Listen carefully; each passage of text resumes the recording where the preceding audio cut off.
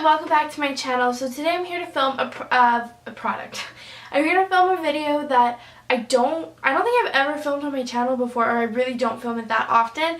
It's a disappointing products video, and I don't really like to film this video, not because I'm like afraid to share what didn't work for me, just because there are not that many products that fully do not work for me. Usually I can find a way to make it work, or I just don't enjoy them all that much. But for me to make a disappointing products video about products, it means that they really they were past the point. Like, I couldn't use them and make them work. They just didn't work for me. I couldn't make them work, and so I was disappointed because a lot of these products are really well loved, or there's a lot of hype about them, or at least chit chat online, and so I didn't want to feature them in a worth the hype necessarily. So I just decided to go ahead and share them with you today, just to let you guys know what does, to give you a better idea of not only what works for me but what didn't work for me. So if you have a similar skin type or preferences, you might want to stay clear from these products. That being said, I'm a firm believer in everything works differently for every single person, so if they didn't work for me, it doesn't mean they won't work for you. You're probably best off just trying it and seeing how it works for you, but this is just my experience, so take it with a grain of salt. That being said, let's get into this video. So it ended up being kind of like a face edition of disappointing products. I don't have that many to share with you. I only have 3 products to share because I didn't want this video to be crazy long. So the first product is a foundation, and it's the L'Oreal Paris 24-Hour Foundation in the Infallible Pro Glow. So this is the hydrating version. There is the matte one as well. This is the hydrate one.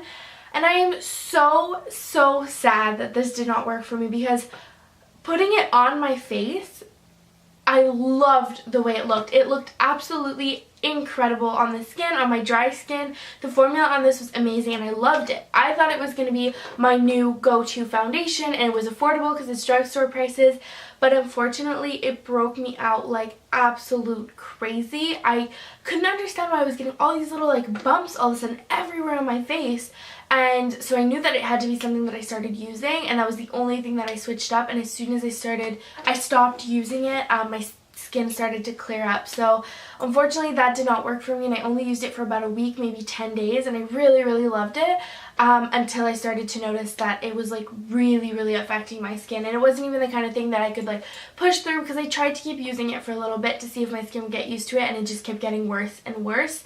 I even have all these bumps around my eye area, which I thought was a bad sign, so I decided to stop using it. The next thing is the MAC Pro Longwear Concealer. I'm in the color NW15. So it looks like this. I'm sure you guys have heard so many things about this product, and for most people, for a lot of people, this is actually a holy grail product. For me, you can see I did use a good amount of it. I probably used a third of the bottle, because I really wanted to love this stuff, and I actually really did enjoy the way it applied. It was really thick and covered up really well. I liked to put it under my foundation to cover up my freckles even more. So in terms of a product, it worked really well. I do think that this is a little bit heavy personally for my under eye area, because I have dry under eyes, so I prefer something that's a little bit lighter and more hydrating, whereas this was a little bit too heavy for my under eye.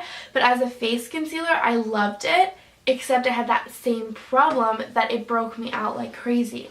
I'm wondering if there's maybe a common ingredient to these products that I can check, because the theme of this video is that I basically was really disappointed by the product because I loved the way it worked, but I couldn't use it because it broke me out. That being said though, keep in mind I do have quite sensitive skin. It's on the drier side, very sensitive, and so a lot of things that might not break out other people will break me out. And the last product that just did not work for me is the Body Shop bronzing powder in the shade Light Matte, the 01.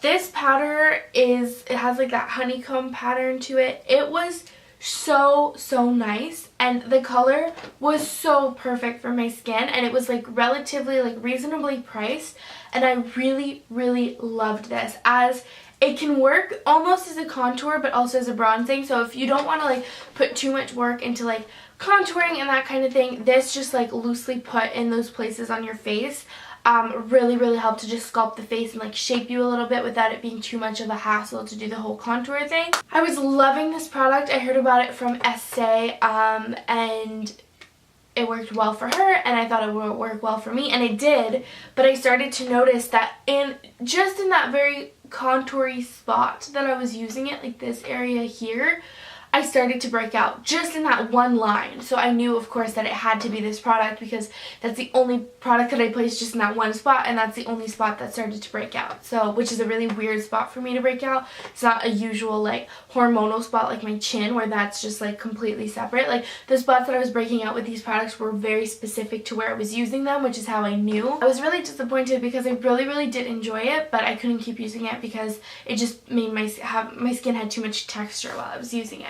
So that's actually it for the products that have disappointed me. I guess we could call this a face edition since that's what it was. I really enjoyed sharing these products with you, and I hope that you guys didn't have the same experience, but I would really love to know in a comment down below if you've tried these products, if they worked well for you, especially if you're someone who has sensitive skin. Let me know how you got along with these products, whether they upset your skin, whether they worked great for you.